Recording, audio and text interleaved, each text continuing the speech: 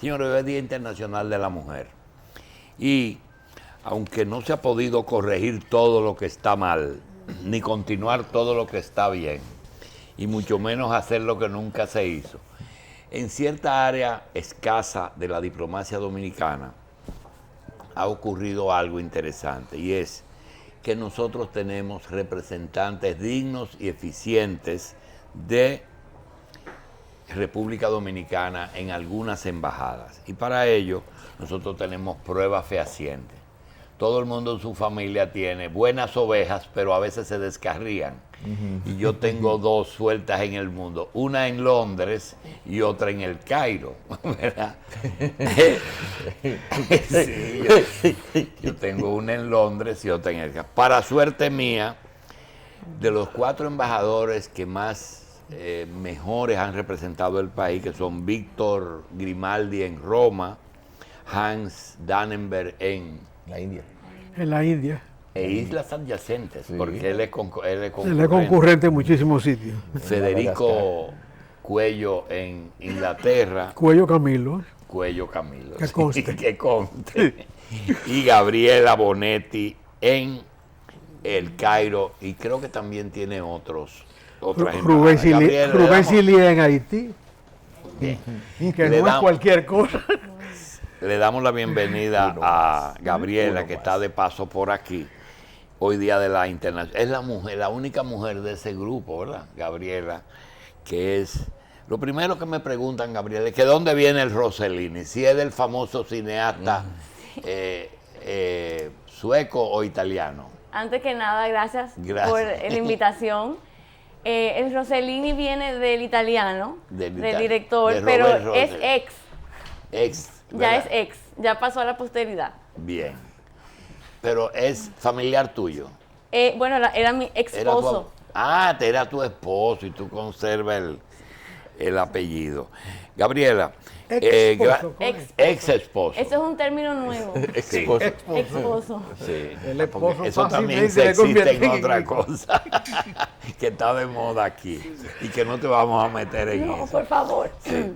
Gabriela, cuando uno ve esa representación tan lejana que uno piensa que más que en el otro lado del mundo, es como en otro planeta, Egipto, que además de cuidar unos familiares que yo tengo ya, ¿qué más tú haces en Egipto? Bueno, buscar un francés para meterlo preso. Bueno, el francés, ¿verdad? Nos mandaron un francés. Es interesante esa pregunta porque justamente muchas personas me preguntan, ¿para qué tenemos embajada en Egipto tan lejos? Pero nosotros somos una embajada regional. Cairo es la capital política de Medio Oriente. Si queremos participar en el concierto de las Naciones Unidas, como se debería, entonces tiene sentido una embajada en el Cairo. Hay 17 embajadas de América Latina en el Cairo, o sea que es el lugar, como que dice, para llegar a la región. Nosotros cubrimos Palestina, Jordania, la Unión Africana y la Liga Árabe. Entonces, básicamente manejamos todos los temas políticos que se manejan en esa región. En el comercio, nosotros hemos trabajado fuerte para incrementar las inversiones, para incrementar la balanza bilateral, pero claro, es una apuesta a largo tiempo. Pero yo creo que con este caso de Naudín se pone en evidencia la importancia de nosotros participar activamente en las relaciones internacionales, porque si no hubiéramos tenido una embajada en Cairo, Naudín no vuelve al país, eso es seguro. Hay algunas cosas. El televidente normal, común, no conoce la génesis del problema. ¿Cuál es la génesis de ese señor? ¿Por qué el Cairo en un problema que era Santo Domingo, Francia? Bueno, la única respuesta que tengo es que fue pura coincidencia. El señor Naudín, bueno, en el momento que se emite la alerta internacional, entonces los países signatarios de Interpol estaban alerta a esa solicitud de nuestro país. ¿Qué pasa? El señor Naudín, yo entiendo que desestimó la alerta y hizo un viaje de negocios al Cairo. Él era consultor de unas empresas de seguridad privada en Egipto y hizo un viaje y el Interpol lo agarra en lo detiene en Egipto. Ahora, ¿cómo llegaron a él? Yo no lo sé, yo no tengo esa información. No fue me la que han él dado. fue al Cairo. Él fue al Cairo. Y en Egipto hay extradición, porque yo conozco de casos que no hay extradición. Bueno, nosotros, eso es otra razón de por qué es un logro para nuestro país, porque no tenemos tratado de extradición con Egipto, porque nunca se había presentado. Tenemos otros acuerdos de cooperación, acuerdos de política, de consulta política, pero no hay extradición. Entonces, es un doble logro, porque logramos una extradición sin convenio, que era lo que todo el mundo me decía, va a ser imposible, eso jamás, y lo logramos. Normalmente los límites de la extradición es a los nacionales del país. Claro. O sea, en Francia no lo iban a entregar. No lo iban a entregar. Pero y si hubiese sido egipcio, era difícil también. Era muy difícil, pero nosotros apelamos a un convenio del año 2000, que se llama el Convenio contra la Delincuencia Transnacional, que se firmó en Palermo, y ese convenio claramente, vamos a decir, da facilidades a países para crímenes transnacionales, como el que ocurrió aquí. Porque el señor Naudin violó ciertos artículos de la Constitución, lo que cubren, vamos a decir, las asociaciones de malhechores, pero él no pisó el territorio, vamos a decir, su rol fue fuera de las aguas dominicanas, eso es lo que le alega, pero de todas maneras bajo el convenio de Palermo sí tenemos... Bien, aclarado eso, no es cierto que nosotros vamos a tener a la embajadora dominicana de representante de nosotros en Egipto y no te vamos a preguntar que tú llegaste al Cairo en el gobierno de Mubarak y viviste 100% el cambio de Mubarak, Primavera Árabe, Hermandad y ahora lo que está. Cuéntanos si eso afectó la diplomacia, cómo afectó eso la vida del egipcio común y quién está gobernando en Egipto después de la salida de los hermanos musulmanes. Bueno, sí, yo llegué en el 2007, y o sea que yo viví la era pre-Mubarak, que fue un momento muy diferente a lo que vino después, porque cuando vino la revolución árabe, fue como quien dice, anteriormente no se hablaba de política, las personas, el tema de política o de sucesión de Mubarak no se hablaba, para los diplomáticos era muy difícil obtener informaciones, o sea, luego vino la revolución y fue como un renacimiento político. El problema de esta revolución, que no fue, digamos, yo no considero que el término primavera árabe es el correcto, porque esto va para largo, esto es el inicio de algo, pero en el Cairo, por ejemplo, en Egipto es un país que está rodeado de países con muchos problemas. Por un lado Libia, que es un país fallido. Libia, Túnez. Exacto. Abajo. Y por otro lado, la frontera con Palestina, Rafah. Sí. Entonces, Egipto es un país estratégico de importancia porque es uno de los dos países que reconoce Israel en el Medio Oriente. Entonces, si Egipto se destabiliza la región completa. Entonces, por eso mismo, la revolución, digamos, muchas personas dicen que fue fallida porque no se llevó a cabo. Vino la hermandad musulmana y a los pocos años se cambió para un general, un ex general. Un gobierno militar. Pero yo considero que en estos momentos de contexto, el general Sisi es la mejor opción para Egipto, porque hay que navegar en un clima de una inestabilidad económica fuerte, luego de esos años de revolución, y un contexto regional. Entonces, ponerse a inventar con unas personas que no tienen ningún tipo de ¿Qué ofrece él para el futuro? ¿Perdón?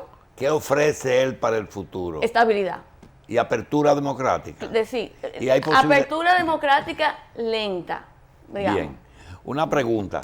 El candidato Trump en Estados Unidos hizo un pronunciamiento que muchos consideraron que no era apropiado, pero nosotros que vivimos el proceso desde aquí, decía, bueno, hay una cosa, Medio Oriente vivía mejor y más tranquilo, y nosotros estábamos más tranquilos con Hussein, Mubarak, Gaddafi. ¿Eso hasta dónde es cierto? Bueno, es cierto hasta el punto de que un Mubarak o un Gaddafi no vive, no es inmortal. Entonces, hay que planificar La cambios. sucesión. Exacto, entonces yo creo que los países, eventualmente la tendencia es a la democracia. Todos los países van hacia la democracia. Y yo encuentro que es mejor apostar para un largo plazo en la democracia que en un régimen autocrático. Y por eso creo que la idea de esos dictadores, vamos a decir, no es una apuesta inteligente para largo plazo. Los países tienen que prepararse para pasar hacia un régimen democrático.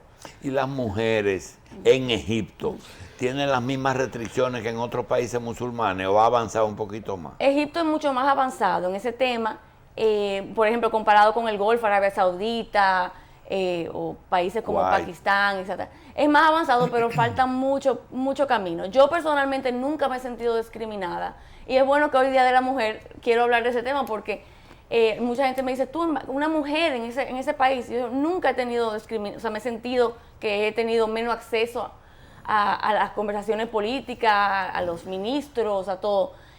Pero sí me acuerdo que cuando a mí me nombraron, yo era joven, o sea, yo tenía 34 años cuando me nombraron embajadora, aquí en este país había muchas opiniones en contra, diciendo, es demasiado joven, es mujer, en un país árabe, eso es imposible, eso jamás va a ser. Y yo, obviamente, quería avanzar en mi carrera. Entonces, yo lo que hice fue que yo hice un listado de todas las mujeres embajadoras en Egipto.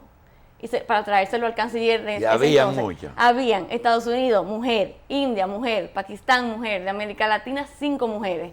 Eran un total de 15. ¿Y tu compañera de género no diplomática en el pueblo, cómo te veían? ¿Tú sin velo, tú sin...? No, Egipto es un país bastante abierto, es un país... Y si conviven las dos culturas. Totalmente, conviven perfectamente. Ellos tienen sus tradiciones, pero no le imponen a las personas extranjeras. O sea, no es como en Arabia Saudita que la mujer tiene que cubrirse, aunque no sea saudí, tiene que cubrirse completamente. En Egipto no. Pero en Egipto incluso hubo una señora que fue ministro de Relaciones Exteriores. Claro, no, y han habido ministras mujeres, o sea, eso definitivamente son mucho más progresistas, pero les falta mucho, sobre todo en las clases populares, la mujer va Manejan. Hay sí. divorcio. Bueno, hay divorcio, pero con unas reglas y unas leyes que a la mujer casi es mejor no divorciarse. Porque después del divorcio, la custodia, por ejemplo, no va a la madre, va a la mamá de la madre, Ajá. a la abuela, porque la idea es que la mujer no se case de nuevo. Son Bien. cosas... Hay extradición para los egipcios. Un egipcio lo pueden extraditar a Estados Unidos. Lo pueden extraditar, ellos tienen extradición, sí. Permiten la extradición. Pero tiene que haber un tratado. Bueno, no, tiene que haber un tratado normalmente, pero ya hemos visto que no. No, me refiero a un egipcio que vive en Estados Unidos, que esté perseguido por impuestos, por ejemplo, y se vaya para el Cairo, ¿no es extraditable? Si se va para el Cairo. Sí, y es egipcio. Bueno, pero si está en el Cairo no hay problema. O sea, no, pero lo está pidiendo Estados Unidos. Estados Unidos. Normalmente sí han habido casos. Han habido casos de extradición, pero eso es caso por caso. Al final del día, la extradición es una decisión política. Relación Egipto-Israel. ¿Toleradas o buenas? A nivel militar y del gobierno, buenas. A nivel popular, toleradas.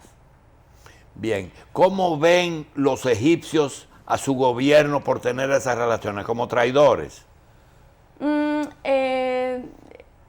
Como te digo, está dividido. Hay mucho apoyo, porque si el Tratado de Paz no existiera, quiere decir que una generación entera fuera a la guerra, como pasó en los 70 y los 60. Entonces ellos entienden la importancia de la paz. Esos 5.000 millones que logró Israel, que el gobierno americano le aprobara para asesoría militar a Egipto y poder mantener tranquilo durante Mubarak, ¿se mantiene esa ayuda del gobierno americano a los militares egipcios? Se mantiene y se va a mantener por mucho tiempo.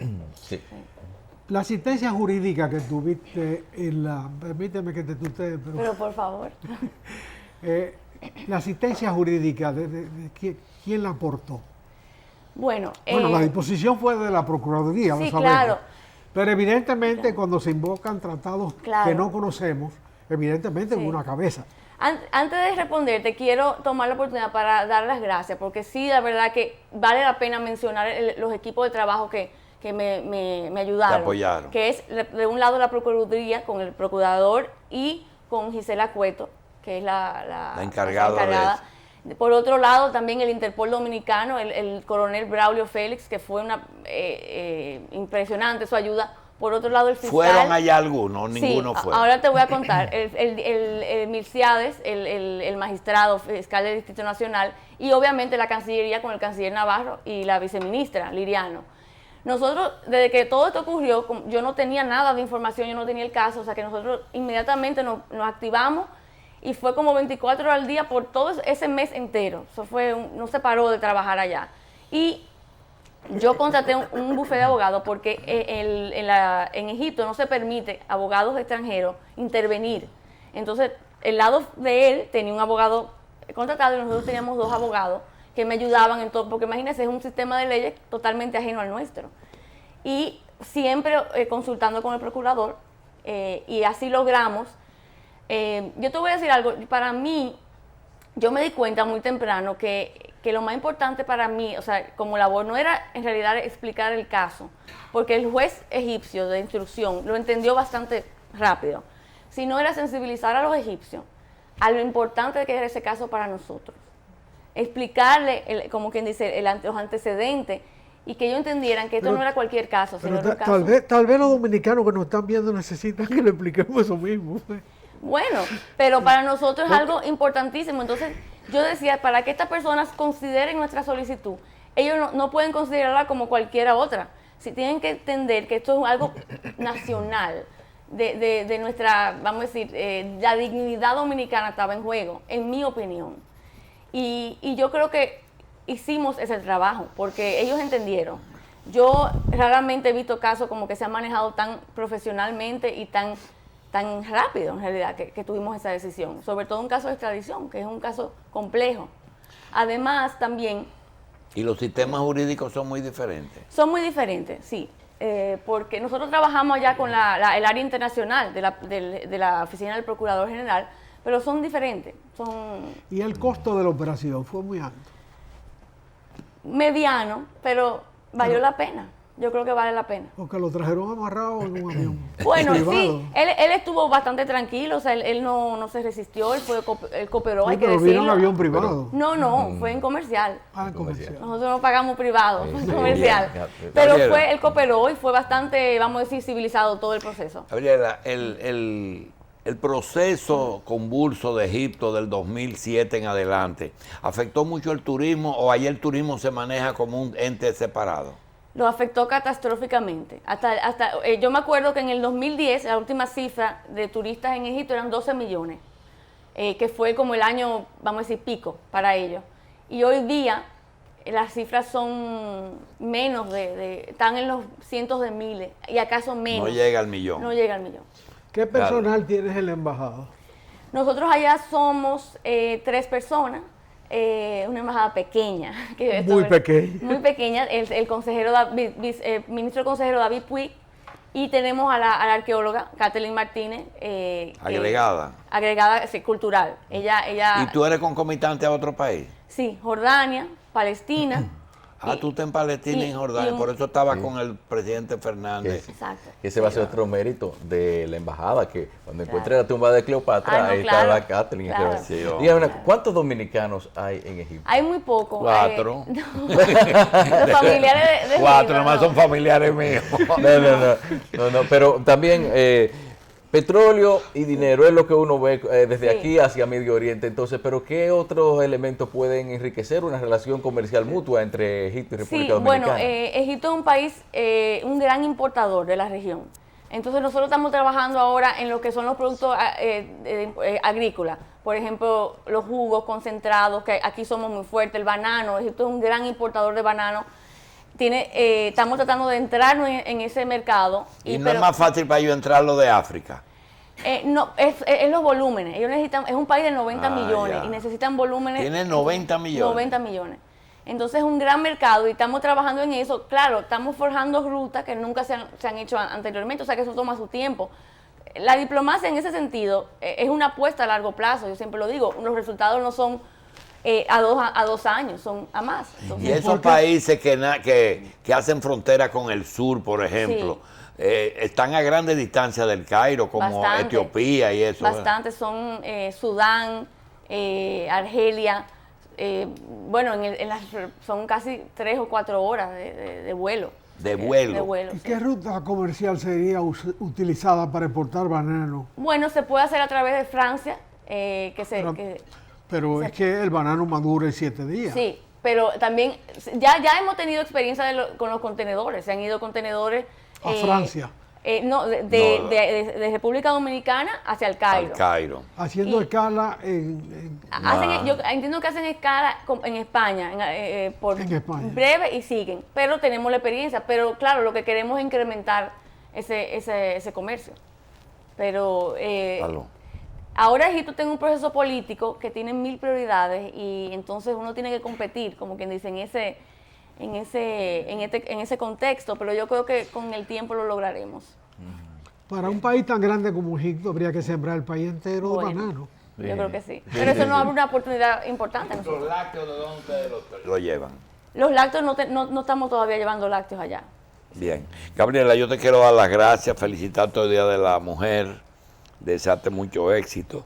No, y por el éxito. Se lo logrado. agradezco a ustedes la invitación. Más Claro que éxito, más Sé Gracias. que es dominicana. ¿Qué comen en Egipto? Porque de todo. allá no hay arroz y cholicana. No, para nada.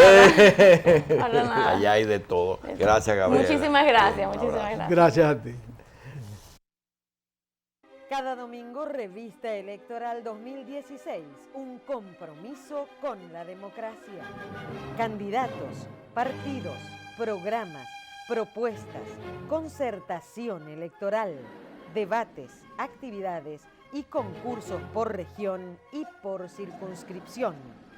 Desde las 5 de la mañana hasta las 11 de la noche, Revista Electoral 2016.